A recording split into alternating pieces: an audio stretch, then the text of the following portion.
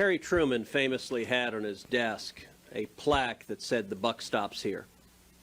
Joe Biden seems to have replaced that plaque with instead the phrase, "The buck stops with Putin," because nothing is Joe Biden's fault.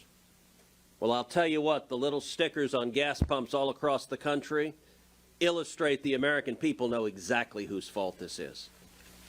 This was deliberate. This isn't an accident. This isn't an unintended side effect. This is exactly what Joe Biden promised he would do, and it's what he's done. If you look at when Biden was sworn in, gas nationally was $2.09 a gallon. On that first day, what does Biden do? He cancels the Keystone Pipeline. Boom, day one.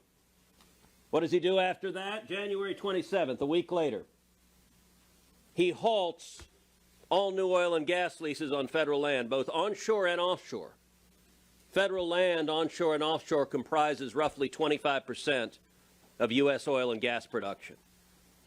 Next, February 19th, he rejoins the Paris Climate Agreement. Notice what's happening to the price. Next, May 7th, 2021, Biden takes 30% of land off limits to oil and gas. Price keeps going up. June 1st, he halts drilling in ANWR, the incredibly petroleum-rich section of Alaska with vast reserves, very small portion of Alaska, he shuts it down. Price keeps going up. June 30th, Congress reverses the Trump natural gas regulations. October 7th, Biden reverses the Trump NEPA regulations. October 29th, Interior begins the, quote, social cost of carbon designed, again, to drive gas prices up. November 15th, a moratorium on oil drilling in the Chaco Canyon.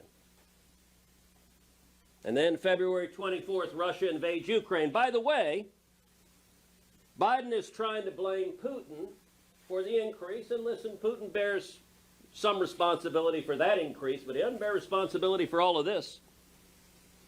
All of this happened before Putin invaded Ukraine.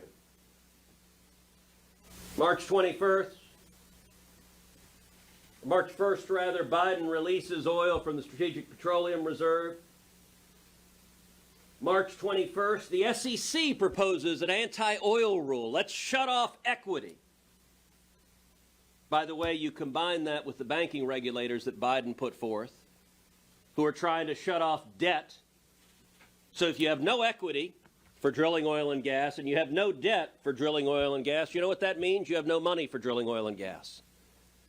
And what happens is the price keeps going up and up and up. And then May 12th, Biden cancels the remaining lease sales. This is decision after decision after decision designed to cause the price to go from $2.09 to $4.48 a gallon on average. Just yesterday, I led a letter with 19 of my Senate colleagues to Biden's Secretary of Commerce, asking her to stop slow-walking permits for oil and gas exploration in the Gulf of Mexico. Gulf of Mexico has massive reserves. At its peak, produced roughly 2 million barrels a day. And yet the Biden administration is slow-walking permits at every stage. This is deliberate. It's not an accident.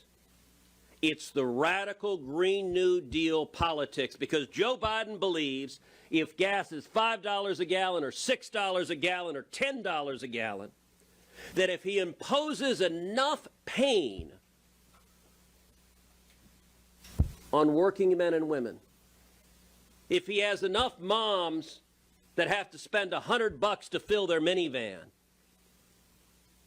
if he has enough guys that are spending $150 to fill their truck, that eventually everyone will have this epiphany and get rid of that truck or get rid of that minivan, and everyone will go buy an electric car. And he's willing to make the American people suffer because of his political agenda. This is wrong.